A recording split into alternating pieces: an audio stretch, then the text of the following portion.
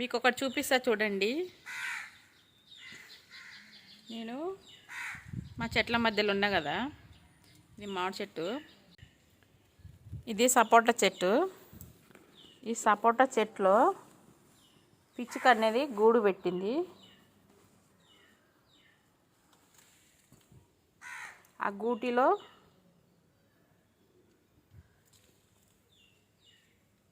చూడండి,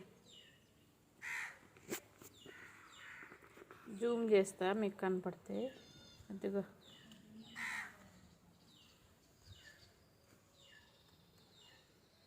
కనిపిస్తున్నాయా? భలే ఉన్నాయి కదా. చిన్న పిచ్చుక,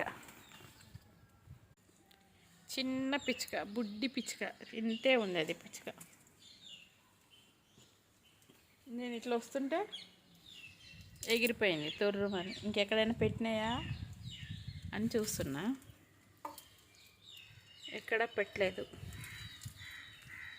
అదొక్కటే ఉంది.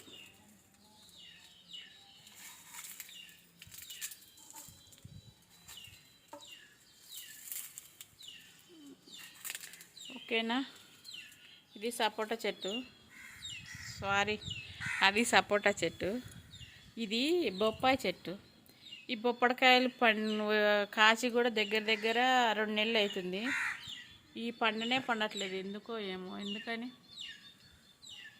చూడండి, చూసానికి లావుగా ఉన్నాయి కానీ పండడం మాత్రం లేదబ్బా.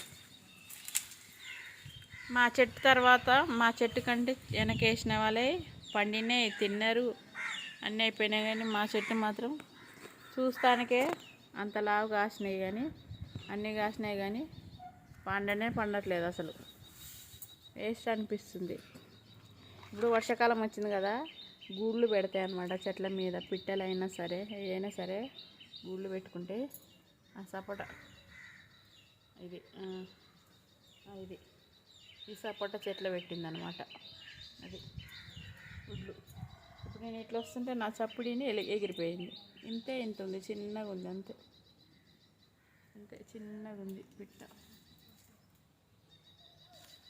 ఇంకా ఎక్కువ పిచ్చక గుళ్ళు కావాలంటే చూపిస్తాను నేను. మా ఇంటి వాళ్ళు ఉన్నాయి చూడండి.